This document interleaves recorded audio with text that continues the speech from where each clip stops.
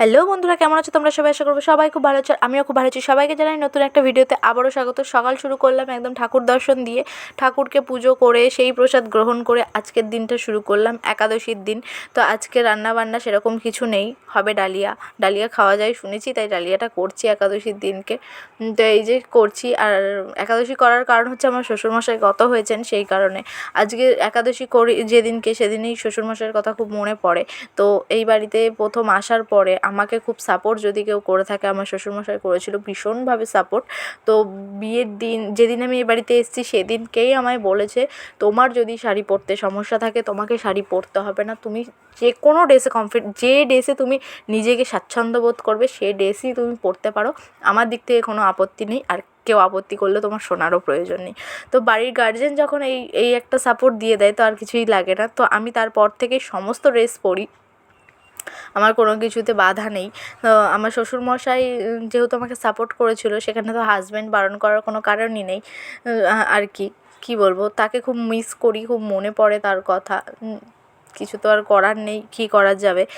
কেউ চিরস্থায়ী নয়, আজ আমি আছি কাল আমিও থাকবো না। জন্ম যার আছে তার মৃত্যু আছে, এটাই মেনে নিতে হবে আমাদেরকে। এই কি, যখন প্রিয়জন চলে যায় তখন আমরা সেটাকে মেনে নিতে পারি না, এটাই হচ্ছে আমাদের ব্যাপার। তো সময়ের মতনই চলবে। সময়ের সাথে সাথে ক্ষতও অনেক কমে যায়। তো সময় চলে যাচ্ছে, সেই মানুষটা আজ নেই। আজ আমার অনেক কিছু আমি পাচ্ছি, কিন্তু সেই মানুষটা দেখে যেতে পারলো না, এটাই একটু খারাপ লাগে, আর কিছুই না। তো যাই হোক, কী বলবো, সে যেখানেই থাকুক, এর পরের জন্ম যেন তার ভালো হয়, সে যেন আরও ভালো জায়গায় জন্মাতে পারে, সে যেন ভালো থাকে। আর ওপর থেকে আমাকে খুব আশীর্বাদ করুক যাতে আমি সামনের দিনগুলোতে এগিয়ে যেতে পারি, তার ছেলেকে নিয়ে আমি যেন ভালোভাবে থাকতে পারি, এটাই চাওয়া, আর কিছুই না। কী বলবো, মানে কথাগুলো বলতে গিয়েও আমার মানে কেমন একটা লাগছে। কিছু কিছু তো করার নেই। তো এটা সবার সাথে একদিন না একদিন হবে। আর এই সংসারটাতে এসে অনেক কিছু শিখেছি, অনেক কিছু জেনেছি, অনেক কিছু বুঝেছি।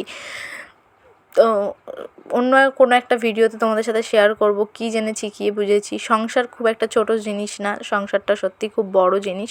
তো আজকের ভিডিওতে এইটুকুনি দেখালাম, এই অবধিই থাকলো আজকের ভিডিওটা। তো যদি আমাকে ভালো লেগে থাকে, আমার ভিডিওগুলো ভালো লেগে থাকে, প্লিজ আমাকে সাপোর্ট করো। সাপোর্ট করলে একটু ভালোও লাগে। তো আজকের ভিডিওটা এই অবধি। সবাই ভালো থেকো, সুস্থ থেকো, নিজের যত্ন নিও, আর আমাকে বেশি বেশি করে সাপোর্ট করতে থাকো। টাটা, বাই বাই সবাইকে, সবাই সুস্থ থেকো।